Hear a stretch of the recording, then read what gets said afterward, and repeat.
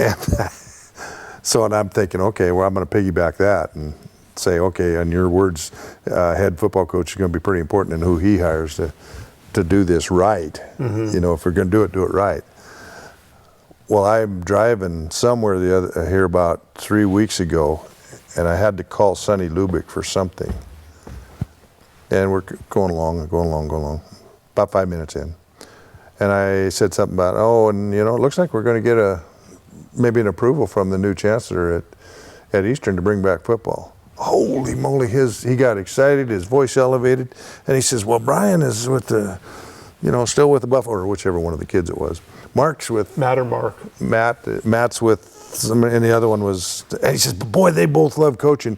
You know, this would be a great, and he went on this soapbox rant for like 10 minutes about why we should hire those kids. I'm telling you, that's a really a good idea. It wasn't. I like the Petrino. When I hired the Petrino, I hired one, and he hired his brother. Yep. I know with the university system, you'd have some nepotism. So, like, if you hired Mark or Matt to be the head coach, and Mark worked for him, he couldn't report to Matt.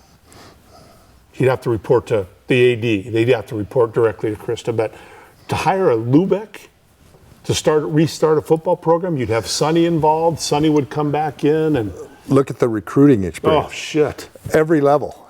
And I don't know if you spent much time with Matt or Mark when they were here. I never met him. Classy, well-mannered, well-spoken. Really, really. Now you probably wouldn't get the one that's with. I think Matt's with Buffalo, and I think Mark's out of it now. But you wouldn't get one of them is because he's making a couple $100,000 a year. But they both love coaching, yada yada yada. But if you could hire one of the Lubeck boys, now they're going to have to take a pay cut. But that's right. But what was funny about it is, you think how many of those links, if you start talking to Sonny Lubick and he links you to, he said, I've got a half other guys you can talk to too if you want some other referrals. Once you start getting into that world and you start telling, and you get legitimate and you got money, frick, how many names are you going to get referred to you to start a new program in Billings, Montana? I had 113 applicants for the Rocky job when I hired Petrino. Yeah. Shit, my finalists, one of them was Robin Flugrad, the former coach of the Grizzlies. That's what you were telling me. You know, when we took this team from Billings down to Colorado State Pueblo, when we were talking to the president and the athletic director, he said, we had the football, whatever they called themselves, Friends of Pueblo or Friends of, whatever it was. They had a group like Big Huddle. Matter of fact, that's why we did what we did. We found this group and said, hey, they're trying to do the same stuff we're doing. So that's how we found them. But College of Idaho did that. They came to Carroll. Anyway, they laid out, our coach is going to have high school experience, going to have, they called it NEIA experience, they're going to have Division II experience, and hopefully Division I experience recruiting. And they're going to have to have been a head coach, whatever all these things were, but they went through all these things because they said, if we're going to start a new program, somebody has to be aware of all of... Yeah, they won a national championship in like 3 years. 6. 6 years? Took them 6? Took them 6. Are we ready? But they... Yeah, we're ready. I'm rolling. Oh, okay. I got that whole Lubick thing. Good. Yeah, okay. That's interesting though. So the first question, I'm just going to ask you about, explain what the Big Huddle is and where it started, and so people will know, okay? Okay. Okay, go to camera 4, right across from me. Okay. Would you say the director of the Big Huddle? Yeah, chairman. Okay. All right, that's good. Oh, okay. The one that's across from you. Oh, you want me to go this one? Yeah. Okay. All right, good. In 3, 2. Hello and welcome. I'm Bruce Parker, and joining me today is Rick Helmus, the director of the Big Huddle, a group that has been formed to bring football back to Montana State University Billings. And Rick, it's great to have you here today, and you and I spent a lot of time together on a number of events. But let's first talk a little bit about the Big Huddle and what it's all about and where it came from. Us Yellow Jackets have to stick together. That's don't right. we? I'm with you there. Big Huddle really started with Gene Brozovic and some of his friends who played football at Eastern in the 60s. They weren't called the Big Huddle. They had no official name really, but they were they were players that stuck together over 50, 40 years.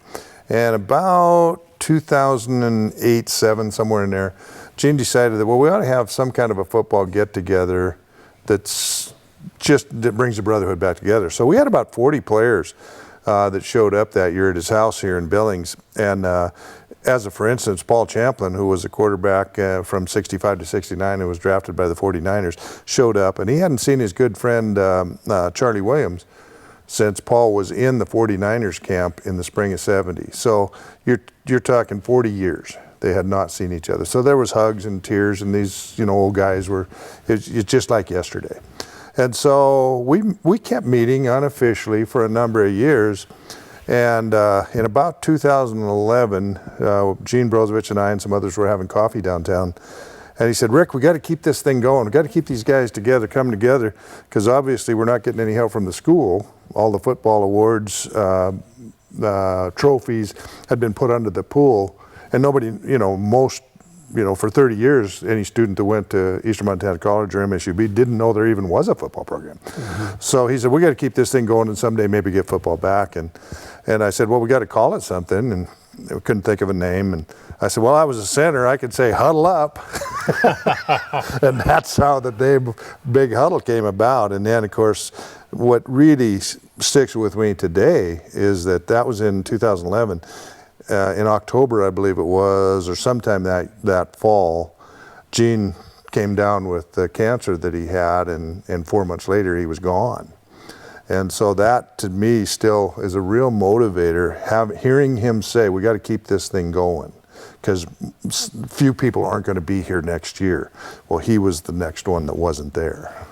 As you look at it, you put together a group of a lot of distinguished alums who graduated from, at the time, Eastern Montana College that are involved in this. And it's more than just a group to bring back and have a reunion. It's a group that's very interested in bringing football back to Montana State University Billings. It's interesting because Larry Haniff and I played together in the late 60s. He was one of the ones we had a reunion, an official Big Huddle reunion in around 2013, I want to say. Maybe it was our first one. And Larry Haniff showed up, who played with us, was a great player from Dayton, Wyoming, a great defensive player. And he was our kicker too. But he said, when are we going to get together and get football back here? And he was this gruff, rough cowboy kind of guy that's just get her done. Well, unfortunately, he doesn't understand how much goes into the background of doing that. But he did spark interest in a lot of folks there today. Say, hey, let's officially start a movement. So really the Big Huddle has been working on bringing football back in a process sense, in a systematic sense since that time. But big Huddle reunions aren't just football players. They're Cass Ione, Ron Hunter, guys Absolutely. like that have come back to be part of it, to see their buddies that they went to school with. We've had wrestlers, we've had baseball players. That's exactly right. It's a group of, matter of fact, we've had people who didn't play any sports. And it's interesting that you bring that up, because a group of Big Huddle guys got together in July and played golf. And we have this fun little golf tournament. We don't handicap it, but there are prizes, but they're whole prizes for closest to the boot and shortest drive, and I mean, we have a good time with it. But it came up that back in the 60s, our football students, we had all these groups of people that went around and did a lot of stuff. More than half of the groups that at this golf tournament we were talking about weren't athletes at all. They were girls, they were guys, they were from Conrad, they were from Butte, they were from Malta, but they didn't play sports, but they loved to be a fan of sports. And our family was more non-athletes than it was athletes. Yeah, that's amazing. And I'm not sure everybody understands what goes into bringing back an athletic program such as football. Very expensive to bring back football, and there's lots of fundraising that's going to have to be done. I mean, what are the plans of the Big Huddle right now? I know you guys have just got stronger and stronger as the year have gone on. Well, I think we we're so hard-headed we don't know what the word quit means, but we do have a chancellor now, Dr. Edelman at MSUB, that's opened the door and said, let's take a look at this. Matter of fact, the Gazette quoted him in September at a community meeting as bringing back the F word, football. But if we get approval to do it, the Big Huddle has said, we'll help you raise the money to build a stadium. We'll do it privately, we'll do it through the foundation.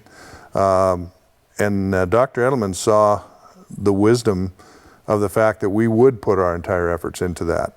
That we're of an age, I'm 70 years old. Very few of the football players at Eastern are younger than I am. Most of them are older because they played in the 50s and 60s. The program was done in 78. So in a sense, Bruce, you'd be part of the youngest part of the alumni. Oh, it's good to hear that once in a while. You know, and you're in your early 60s. Well, I believe that a freshman on that last team is now 60 years old.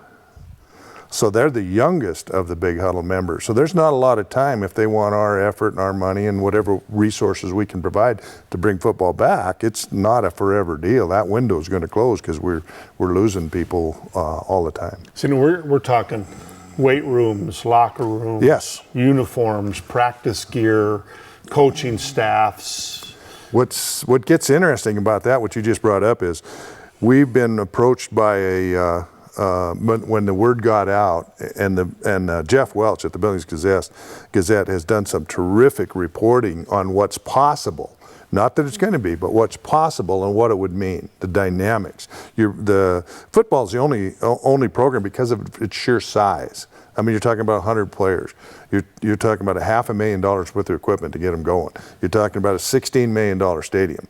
All these things, the Big Huddle is internally we've discussed. Okay, we'll be the spearhead for that. You give us the okay, and we'll build that. But what we expect of you, MSUB, is that you'll fund it on an annual basis, because you'll make that investment, that $1 million, $1.2 million, whatever it takes to run the program. You'll do that part of it, because the return on that's going to be $3 million, $4 million, $5 million, $10 million, and more per year. So if you're wise, you'll invest that money in a football program after we build you the facilities. But a football helmet today is $400. You know, multiply that by 100. Shoulder pads, practice equipment, the racks and the free weights and the machines. In a weight training center, going to be close to $500,000, but we've had a company offer that. So these things, they're challenges, but they're certainly not insurmountable, and there are answers as long as you persevere. Well, you know, you were a student athlete at Eastern Montana College at the time. What did it mean to you to be part of an athletic program such as football? Well, at the time, you know, I'm probably going to be an exception to a lot of the answers because it wasn't education. My folks split up when I was very young. I was at a small Class C school in Belton, Montana, and a friend of mine, Damon Shalinsky, happened to be playing at Great Falls High, and he had just met the new football coach in 1966 named Sonny Holland, who now is probably the greatest Bobcat ever, according to many, and I'd be in that category. So I wasn't planning to go to college. I didn't think there was a chance in the world that I could go to college. But he said, if you want to come to Great Falls High and play, I know your mother lives in Great Falls, you want to come in and play with us for your senior year. There was something about Sonny that attracted me that I thought even at my young age, that guy was kind of special. So I think that was in the mix. But I thought, okay, I'll do that. Well, at the end of that year, even though I broke my collarbone before the first game, I got to play the last three thanks to him and a doctor. Otherwise, I wasn't going to play it all that year. But I got to play the last three. Great Falls Quarterbacks Club sent me a check for $250 that I didn't know I was going to get. I opened that thing up and it said football player at Great Falls. You know, and I could get emotional here telling you about it, but I looked at that check, and honestly, for the first time in my life, I said, boy, there's a whole bunch of these players from this team going to Eastern to play football. Maybe I could go. So I called your former tennis coach, Bob Lee, and I said, hey, these guys are coming down. Can I come down and try out for your football team? Well, we don't have any money, but if you want to come down, we'll go ahead. 2 weeks into the season, I was their starting center my freshman year, and it was the best 4 years of my life. So you asked me what it meant. It was a direction in my life I didn't know existed prior to playing football at Eastern. And then the educational aspects came in. I didn't do well academically. I passed, obviously, but by my end of my sophomore year, I started to realize, hey, wait a second here, you have an opportunity. And my grades are actually pretty good my junior and senior year.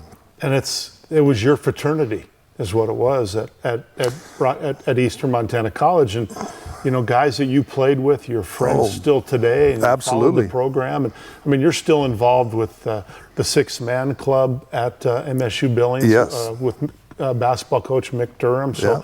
You're still a very strong supporter of Montana State University Billings. Yeah, and it's funny that, because in a way you almost think that the school did you wrong when they threw the football program out. And I don't really think I had an alumni call in 40 years. But when I got back, and after I moved back to Billings and got back involved, yes, we went there and we supported their events, and we've been to some of their fundraisers, et cetera, et cetera, et cetera, because that is my, although I went to Montana State and graduated after I left my 4 years of football, mm-hmm. I actually got my degree from Montana State. That still is my alma mater. I mean, Mike Smith, Wayne Smith, Randy Eckers, some of the guys I came from Great Falls High with are still some of my best friends today. And you know that too, because some of them still are yours. Yeah. And I can't say that I worship Cass Ione, but Cass Ione came a little, and Roy McPipe and some of the basketball players came later after I had left. But going through town, I'd stop and watch him, or I'd watch him at the College of Great Falls because I was back up in the Belt area. And gosh, just to watch that caliber, that quality of an athlete, boy, they play for my old school. Well, see, I can say that. I can say, as a little boy, I used to come up and watch you play. Sure you did. And Cass Ione, one of my closest friends here in Billings, and he still is a great supporter of the Yellow Jackets. And you and the Big Huddle have done a lot of research about what football would not only do for the school, for Montana State University Billings, but for the city of Billings. We have done it. We spent money with a athletic research firm out of Colorado that as a case study is here how you would make it happen, because there's so many people say, oh, you can't build a stadium, oh, you're in the wrong league, oh, you need to be Frontier, oh, you need to be Division II, mm-hmm. Oh, you need to be in the RMAC, oh, you need to be in the GNAC. There's all these things out there. Well, the first thing is student athletes. So we learned, the Big Huddle has learned in sponsoring events related to football, honors programs like the Montana Football Hall of Fame, those types of things that we've sponsored as ancillary activities just to support football, because we're a group that has some energy and has some money. We can do something. So we did that. But we honored 200-win football coaches before that. And those coaches told us in that evening that about 45 to 50 kids a year go to D3 programs on academic scholarships. Most of those kids don't stay in Montana. And that's about Billings East for the most part. And we thought, what if we could get a football program back and keep half of those kids in Montana? Those kids that have good grades and understand what academics is already, besides are good football players. So, the 100 kids on campus every year, the dorms filled, the cafeteria is being used, the shopping downtown, there's a huge economic impact. But to the school, where they've been having an enrollment problem here the last 10, 12, 20 years really, because there were 4,000 students in the early 80s, and they stayed steady for a while, but boy, from the early 90s on, they've been, especially getting traditional students. And one of the best ways, it's 70 schools that we studied that brought back football or brought it in for the first time. One of the biggest reasons was attracting traditional students. So again, being part of a student enrollment initiative is paramount. We love that football is able to do that, and we love the sport of football, but basically it's bringing students to campus and then enjoying the sport of football. So really what you're saying is that the face of the typical college student at Montana State University Billings has changed since you were there and since I was there. Very much so. I don't know what the average age is out there. My guess is it's going to be over 30. I do know that there was a baseball player from Billings that wanted to go there and did enroll. but went home at Thanksgiving time and told his folks, he says, I'm leaving, I'm going to Montana State. And they said, why? You can't play baseball there? He says, I don't care, Mom. All the girls in my class are your age. You don't necessarily Not all want... bad, but I understand the point. Yeah, I understood the point. And the good news is I think there's a chancellor in place now that can address that. Yeah, you mentioned the chancellor, Chancellor Edelman, and the athletic director, Krista Montague, have opened their minds up to look at this. Absolutely. And what's the process now that you're going through, Rick? We had a meeting with Chancellor Edelman to discuss combining a soccer stadium, football stadium initiative. It would be on campus. He knows now that having a soccer field be whatever it is, 5, 6, 7, 8 miles from campus, students aren't going there. Yeah, right. But if it's on campus, now there's something happening on campus that keeps them there. You know, if you walk across campus at Eastern now, it's hard to see anybody out there. I mean, it might be going to class or going to their car, but you don't see social functions much. You don't see the sub being used as much. When we were there, you and I were there, you had all kinds of social corners going on of kids interacting, doing something. And that's the way it can be again. But he sees that now. Dr. Edelman sees that. So we have another meeting coming up here shortly that will say, okay, yay or nay, so to speak, let's get going with this thing. And at that point, we can publicly make some statements. But it would be that we'd go out and raise, between the two programs, probably close to $20 million. But we already have some of that in place. We've had people offer us $2 million without even asking for it. They just know this is what we might like to do. So, you know, we know that there's something out there. We in the studies, we found out that a lot of these schools, their first 1,000 contributors, if you went on this fundraising campaign, you went out to the community, et cetera, and alumni, that you might average around 3,000. You're going to get the $100 ones, but you're going to get the $5,000 to $10,000 ones. And we've had several in the 25 to 50 offered already. If you do this here, this is how much we'll pledge. So between the soccer and football, we would do that. We'd build locker rooms in a facility in the stadium, weight training center, laundry, taping, offices, game day facilities. I think there might be 7 sports up at MSUB now that don't have their own offices. They're maybe combining with somebody else. And when we presented our proposal to the previous chancellors and to Chancellor Edelman, we would create that new space for all their sports. And the soccer and football would coexist then on that same turf field. There's Langless Construction went up and walked the facility where houses are between Normal and Virginia Lane. They walked that area where all those houses are and gave us a mock-up drawing of what a stadium could look like on that site. Dr. Edelman has one where ours was going to go north and south. He has one that would be east and west. So there's a number of variations. The main thing for us is we didn't want to lose any parking. With his program, there might be some foundation parking that would be lost. And the foundation's another positive because it's a very successful foundation, especially now under Bill Kennedy's leadership. And we could use that foundation to initially do all this construction through, so it would be private. So you wouldn't necessarily have to go through all the state requirements. So, you know, start to finish, it could be done in 2 years. You know, as you look back on what you've gone through and where you're at to this point, would you say that there's a light at the end of the tunnel right now? Absolutely now. That's a good way to put it. Yeah, we had a 50-50 chance, we thought, all the way along, because you can't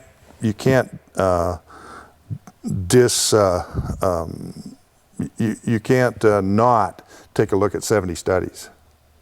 And Notre Dame of Ohio was a girls' school that wanted to be co-ed. So they bring in football. 7 years, 8 years later, they're sending players to the NFL. And they are co-ed campus now. Mankato drops football. They realize after a very short time it was a big mistake. They get their basketball coach, Butch Raymond, who's a successful commissioner of a conference later, but they get him to bring this football guy to bring the football team back, which he did. Colorado State Pueblo, which we took a number of community leaders on a trip to view the facilities at Pueblo. There's a co-ed dorm, nude dorm, there's new soccer fields, there's a new football field. There's a $40 million. Also created a new track. $40 million rec center, all because they brought football back. And it was private. It was a group just like ours, actually, different name, but just like Big Huddle, that initiated all this, went out and raised the money. So you can't just disavow those case studies as saying they have no merit. Right. It's been done 70 places, so we can do it here. Well, and you really can't do it with just state funding. You know, as tough as money is in the states, every state right now, you're going to need help. You're going to need help from boosters, from alums, from fans, from parents. Right. So what would you tell people about what they could do to help if this thing really gets rolling? Obviously, the financial support is going to be best, but then there will be ticket sales, there will be outreach programs. One of the things that we know because of what we looked at Boise State, when Boise State was a junior college, went to NAIA, went to D2, and now they're a big time program, they made a decision, and it was not a lot different of a decision than what we're looking at here in Billings. They'd grown from 50,000 to say 200,000. Maybe we're not at 200,000 yet, but in the valley here, we're 150, 60,000. The community's probably 120. I don't know what the last census said, but it had to be close to that. But the valley's probably 160.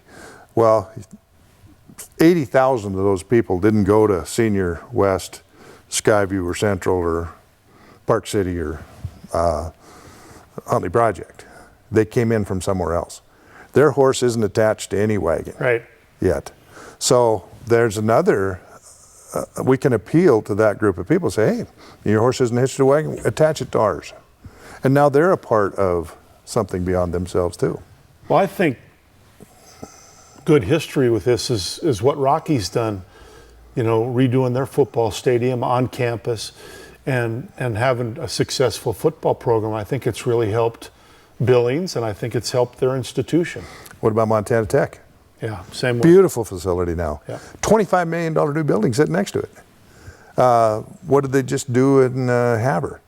Committed $2 million to a new football facility on campus. And there was $1 million contribution from a family that's half of what they need to do what they want to do there.